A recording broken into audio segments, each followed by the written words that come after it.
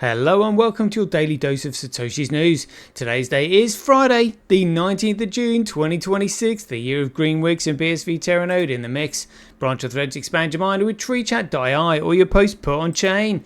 Let's see what we've got today. So hopefully just a quick one. I've got to go through this article here written by Cointelegraph saying $13 billion Bitcoin options expiry looms. Will bulls endure more pain in June?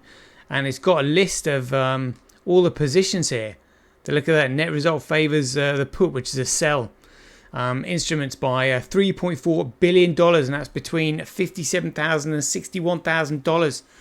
All these different put options about to get liquidated.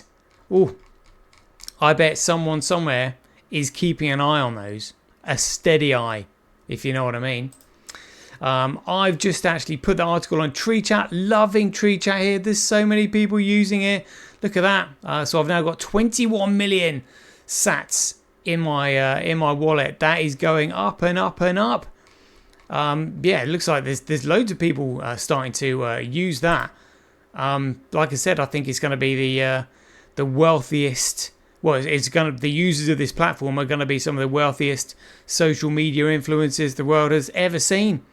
Getting into Bitcoin this early, loving that. We're going to have to talk about the Makerfield by-election and how somebody has spotted. Look at this, like the fiddling results. This is why the world needs Bitcoin. Andy Burnham won, and look at that, would you believe it? Andy Burnham, Mayor of Greater Manchester, member of the World Economic Forum. And as Robin Monotti said here, we penetrate the cabinets. Klaus Schwab, another one. We are in serious trouble.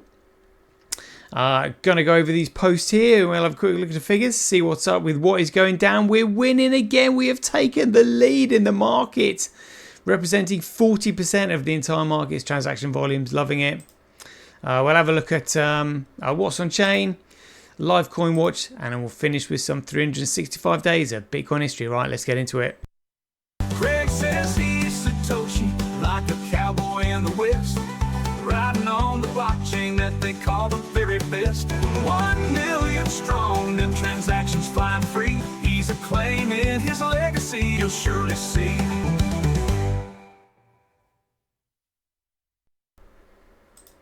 All right, here we go. Let's do this then.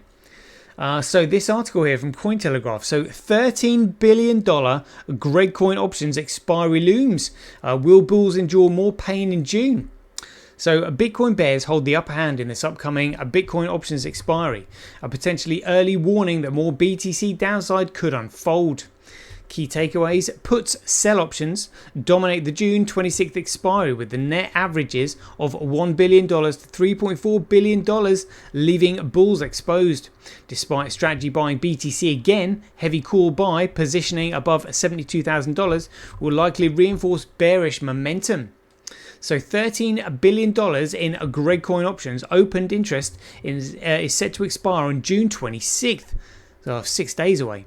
Potentially giving bears fresh ammunition for more downside pressure on BTC price. Gregcoin's 14% price drop in June so far has caught bulls flat-footed, since most calls, as in like buy options, were stacked at $86,000 or higher. Will this a monthly expiry open the door for a July recovery? Deribit options dominate the scene with $10.4 billion in open interest, representing 79% market share. OKX sits in second at 6%, followed by Binance and CME at 5% each, and Bybit with 4%. It's worth digging into how Deribit traders are positioned ahead of the monthly expiry. So total call options open interest at Deribit hit $6 billion, but 78% of that sits around $72,000 or higher. With less than a week to go, the effective open interest will likely shrink fast. In contrast, out of the $4.5 billion in sell options, open interest only 28% hinge on Gregcoin falling to $57,000 or lower. This setup makes matters significantly worse for bulls overall. Gradecoin bulls made the wrong call on strategy in US regulation. Some of the bulls over the top optimism traces back to strategy's aggressive BTC buying spree in April and May. The firm added 62,841 Gradecoin in just 4 weeks, helping push prices above $73,000 in May. But sentiment soured as a US listed spot Bitcoin ETF saw outflows kick off in mid-May. Hopes for a quick passage to the Digital Asset Party Act in the United States also faded. The bill would have spared mining and staking rewards for taxes until sold. The market took another hit from strategy's sale of 32 BTC and the resulting ETF outflows, even as excitement around the stocks grew after Google's and Nvidia's cash raises. So bulls have time to cut loose, but puts, as in like sell options, clearly hold the stronger hand right now. Here are 4 likely scenarios for Friday's BTC options expiry at Deribit based on current price trends. Between $57,000 and $61,000, the net result favors the sell instruments by 3.4 billion. Between $61,000 and $65,000, the net result favors the sell instruments by 2.7 billion, and between $65,000 and $69,000, the net result favors the sell instruments by 1.7 billion, and between $69,000 and $71,000, the net result favors the sell instruments by $1 billion. Even at a 12% rally from the current $63,000 level, won't flip the June expiry in favours of calls. While this doesn't lock in bear control for July, the expiry outcome will probably weigh on bullish sentiment heading into the new month. Don't think we're going to see that. But I suspect someone somewhere knows about all these selling options, all the put options, and is probably carefully managing the market price, is what I suspect. So I've put this article on Tree Chat, so I've already got 44,424 just from posting that article. You know, you pick stuff up from around the internet, you think, oh, hopefully other people might find that interesting, and then they give you some Bitcoin for it, a little bit of Bitcoin. Absolutely phenomenal. And a video's playback really well on here from Twitch. From Twitter. Check this out. Here we go. Play this. And these are all the big companies that are broke. And these are all the big companies that are being boycotted. But notice this too. All these big, wonderful companies that we grew up around, that we loved our entire lives, like Disney and McDonald's, companies that contributed greatly to our society, like Microsoft and Ford, the C.I.A did not make them. They did not create these companies and build them. They just control them. They gained control of them through the stock market, through other underhanded means. They didn't build that. They took other people's hard work, took other people's great efforts. They took it, they politicized it, they profited off of it, and they used that to direct you and make more profits. And if you spend decades building a big successful business, they'll take that from you too. He's right there. And I've said to that, it's easy to hijack a country, its infrastructure and its commercial operations when you own a bank and can print currency from nothing. That is what's going on. That's what's going on. I've also uploaded JFK's President and the Press speech at the Waldorf Astoria Hotel, just because I wanted that to be on Tree Chat so other people can download it. Really important to know what's going on. And in fact, we'll play this now because the next one we're just going to look at David Clues talking about the by-election in Makerfield. So let's play this to remind ourselves how important it is. Here we go. If you are awaiting a finding of clear and present danger, then I can only say that the danger has never been more clear, and its presence has never been more imminent. For we are opposed around the world by a monolithic and ruthless conspiracy that relies primarily on covert means for expanding its sphere of influence, on infiltration instead of invasion, on subversion instead of elections, on intimidation instead of free choice, on guerrillas by night instead of armies by day. It is a system which has conscripted vast human and material resources into the building of a tightly knit, highly efficient machine that combines military, diplomatic, intelligence, economic, scientific, and political operations. Its preparations are concealed, not published. Its mistakes are buried, not headlined. Its dissenters are silenced, not praised. No expenditure is questioned, no rumor is printed, no secret is revealed. It conducts the Cold War in short, with a wartime discipline no democracy would ever hope or wish to match. I am not asking your newspapers to support an administration, but I am asking your help in the tremendous task of informing and alerting the American people. There we go. That's how dire the situation is that we're in. And that's why everybody was hoping that Rupert Lowe would do well in a Makerfield by-election. But we all know, well, now it is kind of like coming out as to why he didn't do all that well. But let's have a listen to what David Clue says. He genuinely looks quite distressed by it. Here we go. Let's turn the volume up on that.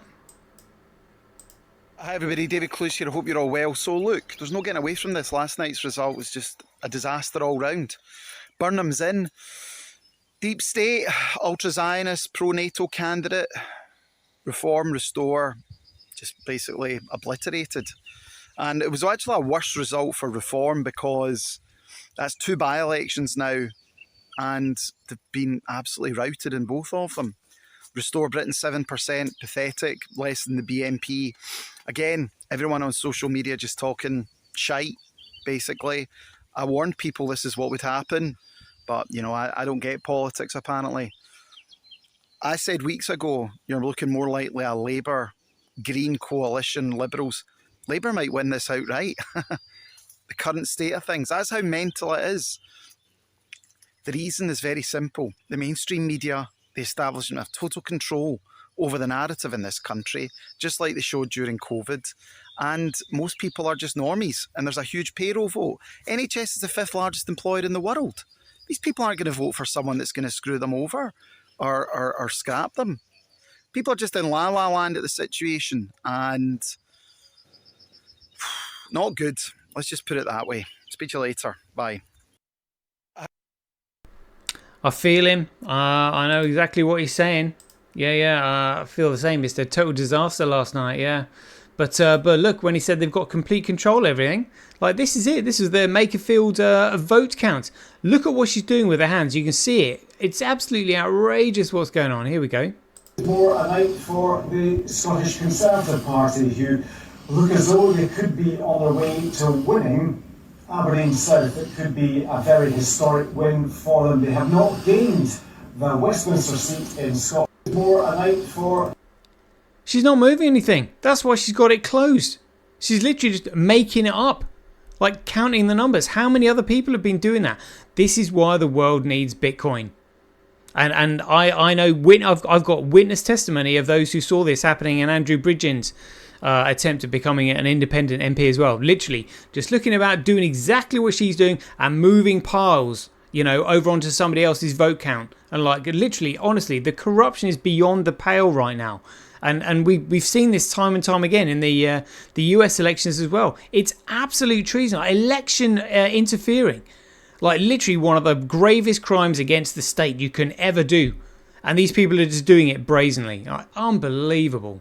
Well, you know, but the corruption is just beyond the pale at the moment. Robin Minotti said here, we penetrated the cabinets. That's how he got in.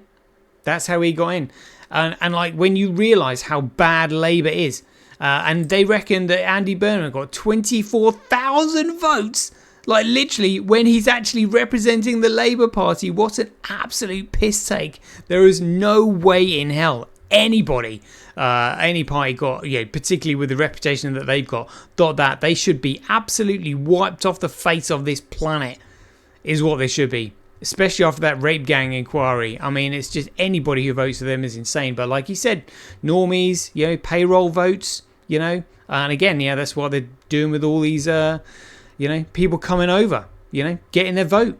That's what they do with all these industries like the NHS. Yeah, we're in serious trouble. Hecto said here, I know many in the BSV run on the last fuel, me included. Years of pounding our heads against the wall, financial stretches and more lay behind us. hang in there, guys. Last meters are the toughest of the race, but we're going to make it. And Truth Machine said the race is not quite over, but also if it ends and we lose, it's okay to admit defeat. It's okay to admit Bitcoin has died. And then CSW jumped in and said, not yet, not yet, not yet, people. We still have a chance. We still have a chance, and this is the only way. We're still in there, and Tree Chat is like absolutely motoring along.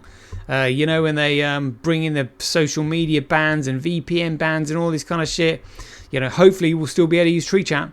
That's what I hope. But jeepers, it's dire right now, really dire. But looking at the prices, we've got Gradecoin at $63,000, B Crash under 200, Fisher Price Cash, who cares, and Bitcoin at $11.67 top left. CoinDance not reporting the figures, would you believe it? But look at the block sizes coming through: 34, 44, 10, 7. You know, certainly bigger than Gradecoin there. Oh, look at that, not reporting the figures for BSV. But it's 20,000 times cheaper to transact on Bitcoin than Gradecoin. Mining Bitcoin at a 7.6% comparable loss, but it's 18%. You're mining B Crash at an 18% comparable loss. Action is being taken to shoo these shitcoiners off that shitcoin chain. I'm telling you, that's what's going. Let's have a look at the politics in the pie charts then. Global hash rate 7 days, 24 hours. A Gradecoin hash rate other minus 4.1. B Crash, so other minus 30.56, and it's you're mining B Crash at an 18% comparable loss to B Crash. Fisher Price Cash, other minus 6.25, and Bitcoin, we'll have to have a look at what's on chain for that. Mining stats 24 hours, that's what we want. Kuv 17.3, QD Link 15.9, SA100 14.5, Mining Dutch 13.1, Gorilla Pool 11.8, Tal 9.7, Molepool 5.5, Tal Terranode 4.8, Bit of Sin 3.4, others 2.7, and Cryptex 0.69. All right, and overall dashboard, 2.2 million transactions over the last 24 hours. Let's see where that leaves us. Look, it was solid first. Solid for Ethereum, just 1.9, and we are 2.2 million. Would you believe it? Literally buried at like, what, 86 down on the cryptocurrency market charts? Something crazy like that. Oh, 85. There we go. Look, 85. Absolutely crazy. Absolutely crazy. Oh, what is this volume? So, Huobi, is that Huobi, HTX? I haven't seen this chart for a while, but that volume's crazy. Let's have a look at the liquidity. So, Qcoin apparently first in liquidity. I don't know how much I rate the consistency of it, but HTX, Huobi. Let's have a look at that. Yeah, HTX. Trade volume. Trade volume $3 million US. This is not very much at all. Not very much at all. Let's have a look at CoinSpot. So just $3 million on Huobi. 24-hour trade volume 14 million US dollars. So 14 million Australian dollars. So 7 million US dollars. Still higher than Huobi as listed on there, but you know, how can you trust the figures these days? Right. 19th of June, so on the 19th of June, a stream of fraudulent trades caused the nominal price of Gradecoin to fraudulently drop to 1 cent on Mt. Gox exchange. Can you believe it? How many people will be buying that up at 1 cent? That's crazy. I do remember that.